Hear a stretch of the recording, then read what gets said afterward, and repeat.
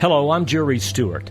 In the Bible, the book of Proverbs, it says, iron sharpens iron, so a man sharpens his friends. Now that's a great and inspiring goal to help sharpen our friends, to make them stronger. But just how do we do it?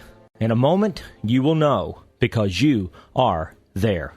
It was U.S. Chaplain Peter Marshall who said, "Those who refuse to stand for something are sure to fall for everything." But for me, it's truly getting harder and harder every day to find anyone anywhere who is willing to stand up for anything. People just don't seem to care. But you say, "Jerry, I do care. I do know what I stand for. I do want to stand up, but now is just not the right time. I'll do it when the time is right." Well, thank God there have been people in our U.S. history who knew what to stand up for, and they stood up, even though the time and circumstance seemed all wrong. His name was John Burns. When the Civil War broke out in 1861, John Burns tried to enlist in the Union Army, but he was turned away because he was too old, 70 years old to be exact. But in July of 1863, as the two great armies, North and South,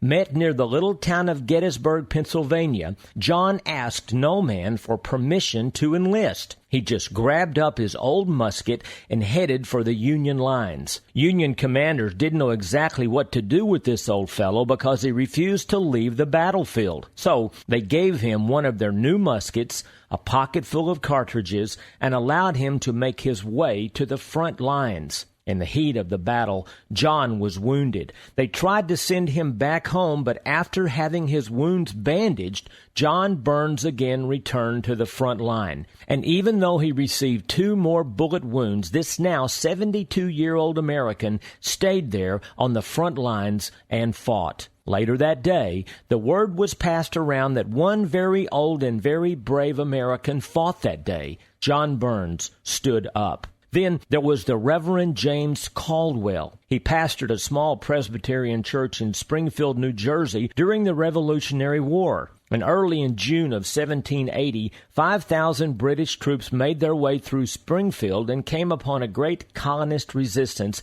that literally drove the British forces back. But sometime during that battle, the Reverend Caldwell's wife, a mother of 9, was killed while inside their home. This so inflamed the townspeople that when the British army returned with reinforcements, there was a bloody battle. At the height of the battle, the Patriots ran low on the paper wadding needed to hold the powder and ball in their musket rifles. Without the wadding, the rifles would not work. So the Reverend Caldwell ran to his church and grabbed up as many of the church hymnals that he could carry. And my how that hymnal did help the Patriots. The pages of the hymnal were torn from the book and used for wadding, and more importantly, the powerful words of the hymns encouraged them to continue in the battle.